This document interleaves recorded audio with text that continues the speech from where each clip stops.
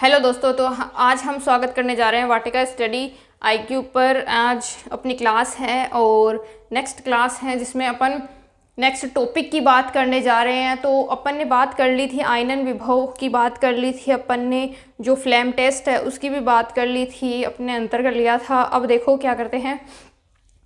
अब जो क्रियाशीलता है, क्षार धातुओं की क्रियाशीलता, क्रिया करवाएंगे, उनके प्रॉपर्टीज गुण है। तो क्या है, क्षार धातुओं के प्रमुख रासायनिक गुण। अब इनकी रिएक्शन करवाएंगे, तो रिएक्शन करवाएंगे तो क्या कर रहे हैं, पहले वायुमंडलीय ऑक्सीजन की रिएक्शन करवाएंगे, किसकी, क्षार धातुओं और क्षार मृदा धातुओं की।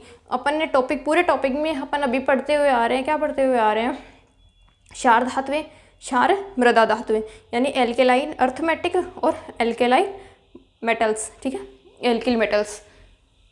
इसमें ऑक्सीजन की करवाएंगे, किसके, वायुमंडलीय एटमॉस्फेयर से, तो रिएक्शन विथ एटीपी।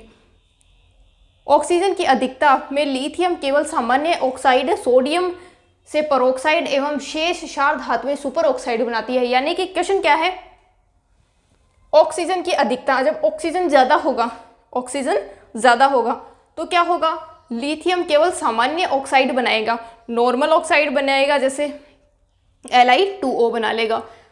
और जब सोडियम रिएक्शन करेगा तो परोक्साइड बनेगा, जिसमें सोडियम Na2O2 बन जाएगा परोक्साइड के लिए, आपको पता है, जैसे ऑक्सीजन जल का परोक्साइड ये रहा, तो ठीक है। फिर और जो शेष क्षार धातुएं हैं जो बाकी की हैं वो क्या बनाएंगी, सुपर ऑक्साइड क्या बनाती है, जैसे कैल्शियम, रुबिडियम और सीजियम है, ठीक है, पोटेशियम, ये क्या बनाती हैं, सुपर ऑक्साइड बनाती हैं। देख लो, लिथियम लिया है, ऑक्सीजन के साथ रिएक्शन करवाई, क्या बना, लिथियम ऑक्साइड बन गया। सोडियम की करवाई तो सोडियम पेरोक्साइड बन गया। एम यानी क्या है, आप एम की जगह क्या ले सकते हो, पोटेशियम भी ले सकते हो, रुबिडियम, सीजियम, तीनों आप ले सकते हो। मतलब कि एम मेटल है, मेटल में तीनों आ जाएंगी ये, क्योंकि दो की तो अपन ने करवा दी है, ये तीनों मेटल सुपर ऑक्साइड बनाती है। जो बाकी की शेष है, इसमें कहाँ है ना, जो बाकी की बची हुई है वो सुपर ऑक्साइड बना लेगी। फिर अपन क्षार धातुओं की करवा ली, अब क्षार मृदा धातुओं की करवाते हैं। तो बेरिलियम व कैल्शियम तुलनात्मक रूप से अधिक स्थायी होने के कारण वायुमंडल में खुला रखने से अप्रभावी रहते हैं। अप्रभावी का मतलब है ये रिएक्शन नहीं करेंगे। बेरिलियम और कैल्शियम क्या है, अप्रभावी है, ये रिएक्शन नहीं करेंगे, नो रिएक्शन, ठीक है। लेकिन अन्य मृदा धातुएं मलिन हो जाती है, मतलब कि उनका कलर कैसा हो जाता है, मलिन हो जाता है। वैसे तो चमकदार सतह होती है सोडियम की, इनकी तो बाकी क्षार मृदा धातुएं जो मैग्नीशियम है वो चमकदार धातुएं से क्या हो जाती है, मलिन हो जाती हैं। एक क्वेश्चन आ सकता है कि उनका रंग कैसा हो जाता है, तो मलिन हो जाता है। गर्म करने पर सभी धातुएं जलने लगती है, और ये जलने लगेगी गर्म करने पर, क्योंकि इनका जो ज्वलन ताप होता है वो क्या होता है, कम होता है, टेम्परेचर, जिसमें बहुत अधिक ऊर्जा निकलती है। क्या निकलती है, बहुत अधिक एनर्जी निकलती है। अब जलेंगी तो एनर्जी मुक्त होगी। मैग्नीशियम की करवाओ, ऑक्सीजन से क्या बना है, मैग्नीशियम ऑक्साइड बन जाएगा। जब अपन ने 9th और 10th क्लास में पढ़ा था कि मैग्नीशियम रिबन को जब मैग्नीशियम रिबन का जब दहन करवाया जाता है तो क्या बनता है, मैग्नीशियम ऑक्साइड बनता है, प्लस इसमें श्वेत चमकदार यानी वाइट कलर की जो राख है वो मिलती है, ठीक है, यही तो मिला था, और वाइट कलर की मिलती है। और इसका जब ये जलती है तो एक चमकदार चिंगारी के रूप में जलती है। फिर है मैग्नीशियम की किससे करवाएंगे, नाइट्रोजन से करवाएंगे, तो मैग्नीशियम नाइट्राइट बन जाएगा, जो कि संभव नहीं है।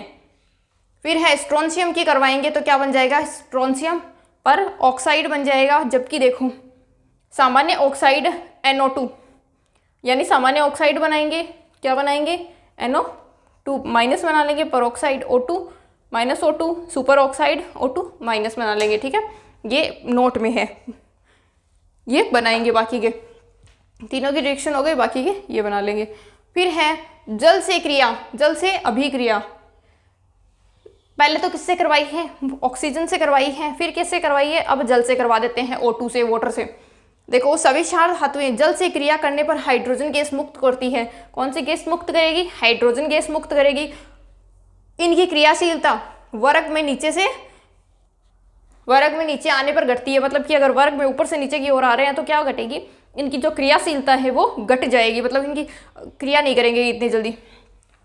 फिर है सोडियम की करवाई हाइड्रोजन से, सॉरी जल से, तो क्या बन गया, सोडियम हाइड्रो ऑक्साइड बन गया जो कि एक क्षार है। फिर क्या बन गया, हाइड्रोजन गैस मुक्त हो गई। सेम बाकी अब अगर आप इससे नीचे आओगे, मैग्नीशियम पे आओगे, तो इसकी क्रियाशीलता, मैग्नीशियम उतनी क्रिया नहीं करेगा जितनी सोडियम कर रहा है, और उसके जैसे एल्यूमिनियम है तो वो बिल्कुल क्रिया नहीं करेगा, क्रियाशीलता का क्रम घटता जाएगा। नेक्स्ट है क्षार मृदा धातुओं के आयनन विभव वर्ग में नीचे आने पर कम होते हैं। अब इनके आयनन विभव कम हो जाएंगे, आयनन विभव कम होंगे जिससे इनकी क्रियाशीलता बढ़ जाएगी। आयनन विभव कम होगा तो क्रियाशीलता बढ़ेगी, आयनन विभव ज़्यादा होगा तो क्या हो गया, क्रियाशीलता कम होगी। इसमें आयनन विभव बढ़ रहा है तो क्या होगा, क्रियाशीलता ज़्यादा होगी। मैग्नीशियम इसके साथ रिएक्शन कर लेगा, मैग्नीशियम हाइड्रोक्साइड बना देगा। कैल्शियम तो कैल्शियम हाइड्रोक्साइड, और कैल्शियम हाइड्रोक्साइड का अपन जो बुझा हुआ चूना है, चूने सफ़ेदी करने के लिए काम में लेते हैं, सब जानते होंगे।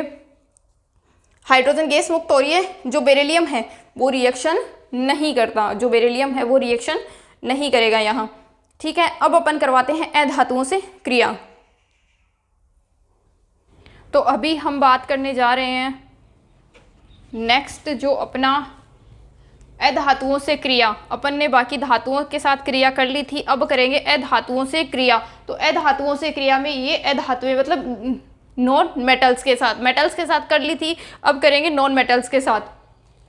ये अधातुओं से क्रिया करने पर आयनिक यौगिक बनाते हैं। क्या, आयनिक यौगिक मतलब कि जो आयनिक कंपाउंड है, आयन्स कंपाउंड, वो बनाते हैं। क्या बनाएंगे, अगर देखो यहाँ जो रिएक्शन करवाई है 2m के हैलोजन के साथ करेंगे।